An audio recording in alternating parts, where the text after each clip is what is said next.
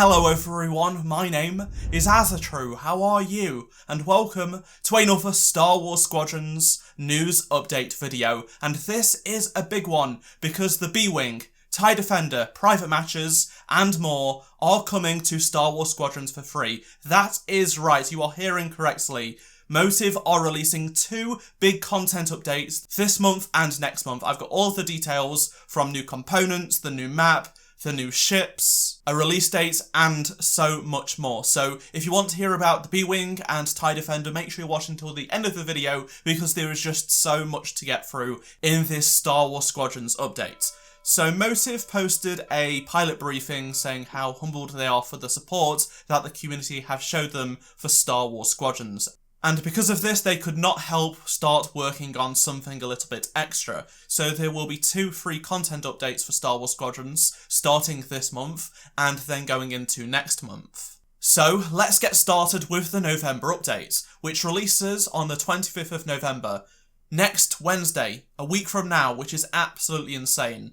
Update 3.0 will include a bunch of additional fixes, balancing changes, and a brand new map, Fostar Haven. That is right, we are going to be getting a new map for dogfight and fleet battles. So this takes the location from the prologue of the game's campaign and puts it into multiplayer. Here is a screenshot of the map in fleet battles, and this map is set 4 years after the prologue, so there are some changes made to the map to make sense for the time frame. So they've made a few upgrades to the station. There are some plates near the top of the station. It's sort of still a work in progress, and it also says that you'll have chance to weave through the crowded dockyards or take the fight to open space. There is also this concept art image as well. Moving on to new components, and they're adding 4 new components, 1 for each class. So for fighters and bombers, you'll be able to use the boost extension kit, and this, when used, gives your starfighter a full boost. It will then recharge over time and can be used again.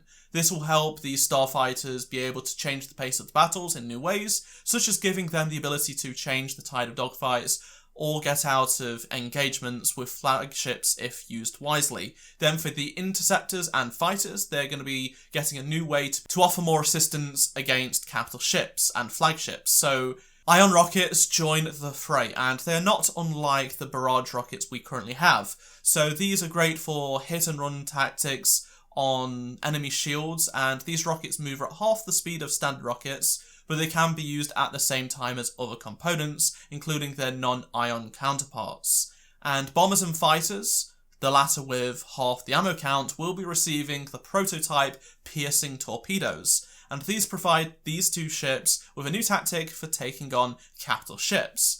Though these torpedoes do overall less damage than the others of their class, they have the ability to bypass capital ship and flagship shields, which is awesome, making them very well suited for striking the enemy flagship subsystems before the shields have been taken down. I love to see this. And of course, you can't forget about the U-Wing and TIE Reaper, so they will be getting the anti-material rocket turrets.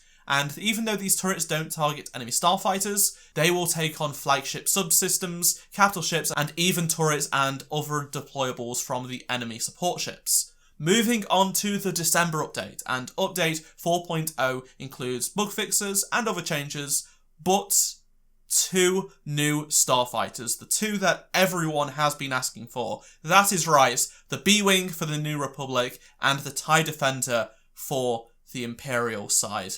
And these are sort of renders of them. We don't actually have any in-game screenshots of them, unfortunately, yet. I'm sure we shall see them before the update goes live, but they look amazing. And there is also going to be a cosmetic variant of the B-Wing as seen in Return of the Jedi as an additional cosmetic to unlock. So the one that you see is not the only one available to you. There is going to be one based on the Return of the Jedi B-Wing. And it's just fantastic to finally see these actually coming. I knew they would do it at some point, but then I had my doubts, but I'm so glad they're bringing them to the community. So the B-Wing is going to be a bomber class, as you'd expect, and the TIE Defender is going to be a fighter. They're going to have components that are relevant to their faction and class, but they're also going to be coming with their unique aspects of their own. And for example, the B-Wing has the gyro cockpit and swiveling wings, whilst the TIE Defender will have shields. These functions and a couple of unique components will help them differentiate themselves from the other starfighters in their classes and factions, but they've also made sure that they aren't outright better than default. And there's also good reasons to pick the Y-Wing over a B-Wing, or a TIE Fighter over a TIE Defender, and vice versa. But that is not all, because custom matches are coming to the game alongside the B-Wing and the TIE Defender as being the most requested content. Private matches are coming, and this is just going to change the game for this community. Custom matches are going to allow 2 teams of 5 to play against each other on all 7 maps across dogfight and fleet battles. There is also going to be some additional restrictions and modifiers that you can change. These include hull, shield and damage modifiers, changing capital ship health, restricting certain starfighters, and other tools to change how you can play. There is also going to be a server browser which allows you to pick custom matches from a server browser only, and it will allow you to search through private matches made by your friends as well as public ones made by strangers. This is just fantastic news.